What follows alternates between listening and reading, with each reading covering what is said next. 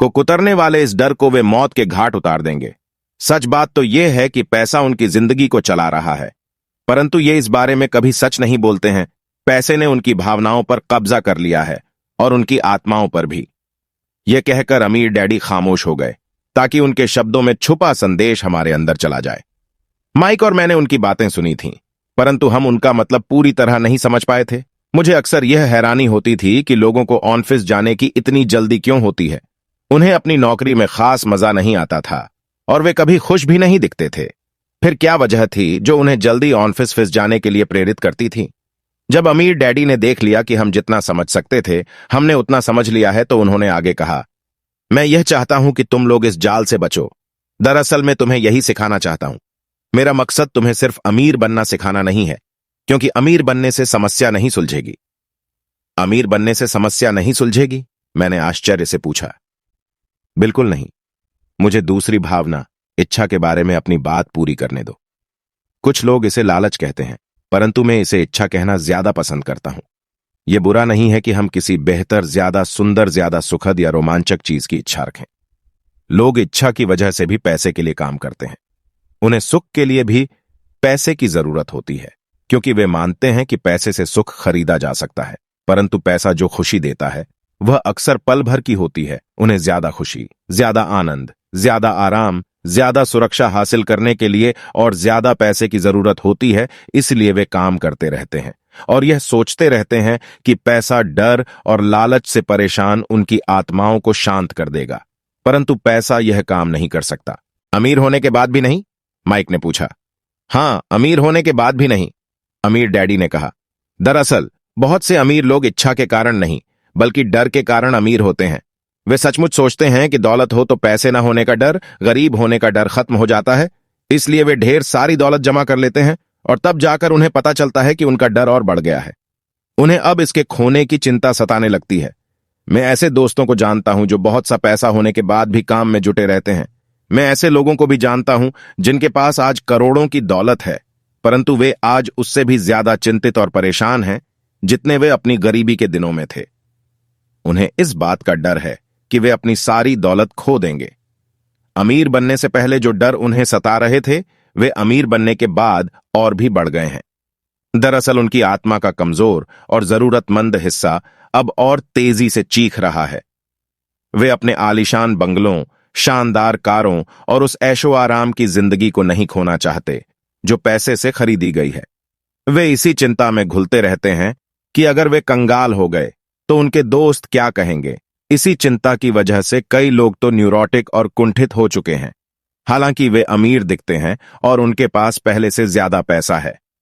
तो क्या गरीब आदमी ज्यादा सुखी होता है? मैंने पूछा। नहीं, मेरे हिसाब से तो ऐसा नहीं होता, अमीर डैडी ने जवाब दिया। पैसे से दूर रहना भी उतना ही बड़ा पागलपन है जितना कि उसके पीछे भागना। उसी समय कस्बे का एक पागल हमारी मेज के पास से गुजरा और कूड़ेदान के पास रुककर उसमें कुछ ढूंढने लगा, जैसे उसे किसी ने समझाकर भेजा हो। चर्चा के इस मोड़ पर हम तीनों उसकी हरकतों को दिलचस्पी के साथ देख रहे थे, जबकि इससे पहले हमने उसे नजरअंदाज कर दिया होता। अमीर डैडी ने अपने पर्स में से $1 निकाला और उस पागल बूढ़े को पास आने का इशारा किया। पैसा देखते ही वह तत्काल चला आया। उसने पैसे लिए और अमीर डैडी को ढेर सी दुआएं दी और अपनी अच्छी किस्मत पर खुश होकर वह जल्दी से चला गया।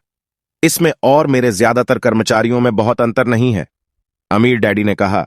मैं ऐसे बहुत से लोगों से मिला हूं जो कहते हैं, अरे मुझे पैसों में कोई रुचि नहीं है, फिर भी वे हर रोज 8 घंटे की नौकरी पर जाते हैं। यह तो सच्चाई को नकारना है। अगर उन्हें पैसे में रुचि नहीं है तो वे नौकरी पर क्यों जाते हैं? इस तरह का चिंतन पागलपन का चिंतन है, उस कंजूसी भरे चिंतन से भी ज्यादा पागलपन का, जिसमें कोई आदमी पैसे पर कुंडली मारकर बैठ जाता है। जब मैं वहां अपने अमीर डैडी की बात सुन रहा था, तब मेरे दिमाग में यह ख्याल आ रहा था कि मेरे गरीब डैडी 1000 बार यह कह चुके थे, मुझे पैसे में कोई रुचि नहीं है। वे ऐसा अक्सर कहा करते थे। वे खुद की असली भावनाओं को छुपाने के लिए हमेशा यह भी कहा करते थे मैं इसलिए काम करता हूं क्योंकि मुझे अपना काम बहुत पसंद है। तो हमें क्या करना चाहिए? मैंने पूछा। यही कि हम पैसे के लिए काम नहीं करें जब तक कि हमारे मन से डर और लालच की भावनाएं पूरी तरह से न निकल जाएं।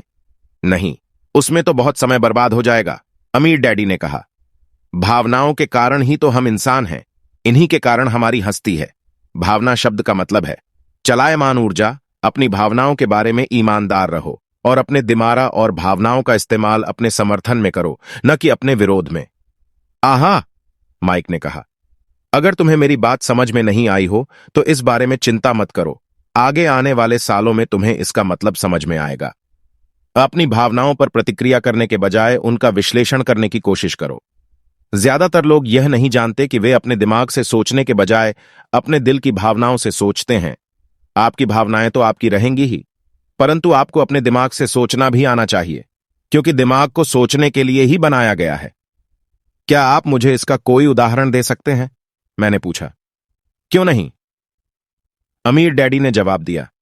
जब कोई आदमी कहता है मुझे नौकरी खोजने की जरूरत है, तो इस बात की बहुत संभावना है कि उसकी भावनाएं फैसला कर रही हैं। इस विचार का असली कारण है पैसा न होने का डर। परंतु अपनी जिंदगी चलाने के लिए लोगों को पैसे की जरूरत तो पड़ती ही है, मैंने कहा। बिल्कुल पड़ती है, अमीर डैडी मुस्कुराए। मैं सिर्फ यह कह रहा हूं कि उनके डर के कारण उनके मन में यह विचार आता है। मैं समझ नहीं पाया, माइक ने कहा। अमीर डैडी ने कहा, अगर आपके मन में पैसे की कमी का डर जाग जाए तो तत्काल नौकरी ढूंढने के लिए दौड़ मत लगाइए, ताकि कुछ रुपयों के सहारे उस डर को मार दिया जाए। इसके बजाय आप खुद से यह सवाल पूछिए, क्या लंबे समय में इस डर का सबसे बढ़िया इलाज नौकरी है? मेरे ख्याल से इसका जवाब नहीं होता है, खासकर जब आप किसी आदमी की पूरी जिंदगी को देखते हैं। नौकरी दीर्घकालीन समस्या का अल्पकालीन समाधान है। परंतु मेरे डैडी हमेशा कहा करते हैं, स्कूल में पढ़ो, अच्छे नंबर लाओ, ताकि तुम्हें एक सुरक्षित और अच्छी नौकरी मिल सके।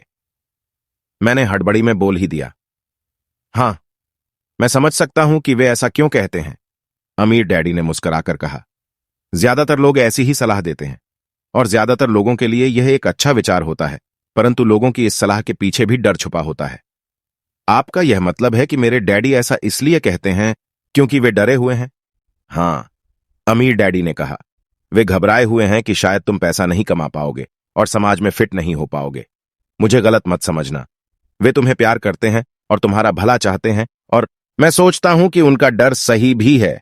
शिक्षा और नौकरी महत्वपूर्ण है, परंतु इससे डर का इलाज नहीं होगा। वही डर जो उन्हें सुबह उठकर कुछ रुपए कमाने के लिए प्रेरित करता है, उसी डर के कारण वे तुम्हारे स्कूल जाने पर इतना जोर देते हैं। तो आपकी सलाह क्या है? मैंने पूछा। मैं चाहता हूं कि तुम्हें पैसे की ताकत पर काबू पाना सिखाऊं। पैसे का डर तुम्हारे दिमाग से निकल जाना चाहिए, और यह स्कूल में नहीं सिखाया जाता। अगर तुम इसे नहीं सीखोगे तो तुम पैसे के गुलाम बन जाओगे। अब उनकी बातें मेरी समझ में आ रही थीं। वे हमारे विचारों को ज्यादा व्यापक बनाना चाहते थे।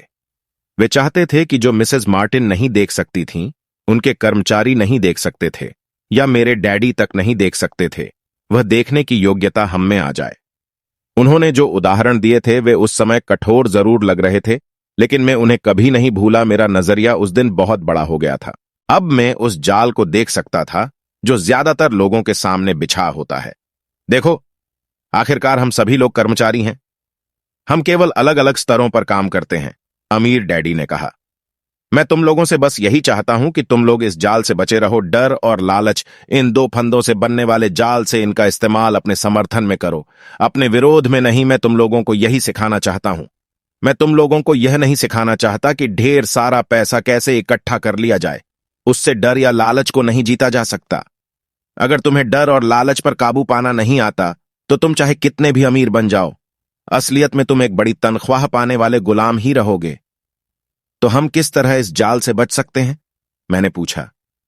गरीबी या पैसे की तंगी का खास कारण डर और अज्ञान होता है, न कि अर्थव्यवस्था या सरकार या अमीर लोग। यह खुद का ओढ़ा हुआ डर या अज्ञान होता है जो लोगों को इस जाल में फंसाए रखता है। इसलिए तुम बच्चों को स्कूल जाना चाहिए और अपने कॉलेज की पढ़ाई पूरी करनी चाहिए। मैं तुम लोगों को यह जरूर सिखाऊंगा कि इस जाल से कैसे बचा जा सकता है। पहेली के टुकड़े अब सामने आ चुके थे। मेरे पढ़े लिखे डैडी के पास बड़ी डिग्रियां थीं और एक बढ़िया करियर भी था, परंतु स्कूल ने उन्हें यह कभी नहीं सिखाया कि धन या अपने डर को किस तरह से काबू में रखा जाता है। अब मैं समझ चुका था कि मैं अपने दोनों डैडियों से अलग अलग परंतु महत्वपूर्ण बातें सीख सकता हूं। तो आप पैसा न होने के डर के बारे में बात कर रहे थे? पैसे की इच्छा किस तरह हमारी सोच पर असर डालती है? माइक ने पूछा। तुम्हें तब कैसा महसूस हुआ था जब मैंने तुम्हारी तनख्वाह बढ़ाने का लालच दिया था? क्या तुमने यह देखा था कि तुम्हारी इच्छाएं किस तरह बढ़ रही थीं? हमने अपने सिर हिलाकर हामी भरी। पर तुमने अपनी भावनाओं के सामने हार नहीं मानी और इस कारण तुम लोगों ने जल्दबाजी में काम नहीं लिया। इससे तुम्हें सोचने का वक्त मिल गया। यह सबसे महत्वपूर्ण है। हमें हमेशा डर और लालच की भावनाएं रहेंगी। इसी क्षण से तुम लोगों के लिए यह सबसे महत्वपूर्ण है कि तुम इन भावनाओं का इस्तेमाल अपने समर्थन में करो और लंबे समय तक ऐसा करो। अपनी भावनाओं को अपने दिमाग पर हावी मत होने दो और इस तरह अपने विचारों को दूषित मत होने दो। ज्यादातर लोग डर और लालच का इस्तेमाल खुद के विरोध में करते हैं। यह अज्ञान की शुरुआत होती है। डर और इच्छा की भावनाओं के कारण ही ज्यादातर लोग तनख्वाह के चेक, तनख्वाह में बढ़ोतरी और नौकरी की सुरक्षा के पीछे भागते भागते अपनी पूरी जिंदगी निकाल देते हैं। असल में वे यह सोचते ही नहीं हैं कि भावनाओं के आधार पर बने हुए ये विचार उन्हें किस तरफ ले जा रहे हैं। यह तो वही बात हो गई जिसमें गाड़ी खींचने वाले गधे के सामने उसका मालिक गाजर लटकाए रखता है, जो उसकी नाक के ठीक सामने होती है। गधे का मालिक जहां जाना चाहता है वहां जाता है, परंतु गधा तो लालच के कारण भाग रहा है। कल गधे के लिए दूसरी गाजर आ जाएगी और गधा उसका पीछा करने लगेगा। आपके कहने का मतलब यह है कि जिस समय मैंने नए बेसबॉल ग्लव्स, कैंडी और खिलौनों के सपने देखना शुरू किया, उस समय मेरी हालत उस गधे की तरह हो गई थी जो गाजर के पीछे भागता है? माइक ने पूछा।